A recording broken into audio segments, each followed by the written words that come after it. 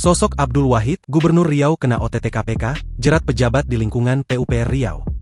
Komisi Pemberantasan Korupsi melakukan operasi tangkap tangan terhadap Gubernur Riau, Abdul Wahid, pada Senin, 3 November 2025. Upaya penangkapan itu diduga terkait operasi yang juga menjerat pejabat di lingkungan Dinas Pekerjaan Umum dan Penataan Ruang Provinsi Riau. Wakil Ketua KPK, Fitroh Rohcahyanto, membenarkan upaya OTT tersebut. Diketahui, Abdul Wahid dan SF Haryanto adalah pasangan Gubernur Wakil Gubernur Riau periode 2024 hingga 2029. Mereka kemenangan kontestasi pada Pilgub Riau 2024. Abdul Wahid merupakan Gubernur Riau ke-15 yang mulai menjabat sejak 20 Februari 2025. Abdul Wahid adalah seorang pria kelahiran Dusun Anak Pria Desa Belaras, Kecamatan Mandah, Kabupaten Indragiri Hilir Riau pada 21 November 1980. Dia dikenal sebagai tokoh politik dari Partai Kebangkitan Bangsa dan memiliki latar belakang sebagai pengusaha serta mantan anggota DPR RI.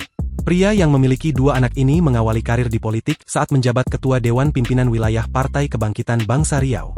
Sebagai politisi, dia terpilih sebagai anggota DPRD Provinsi Riau periode 2009 hingga 2019. Setelah itu ia kembali terpilih menjadi anggota DPR RI periode 2019 hingga 2024 mewakili daerah pemilihan Riau II. Sebelum menjadi gubernur, Abdul Wahid dikenal sebagai direktur perusahaan tambang dan aktif dalam dunia usaha. Ia membawa pendekatan manajerial dan transparansi dalam kepemimpinannya di pemerintahan.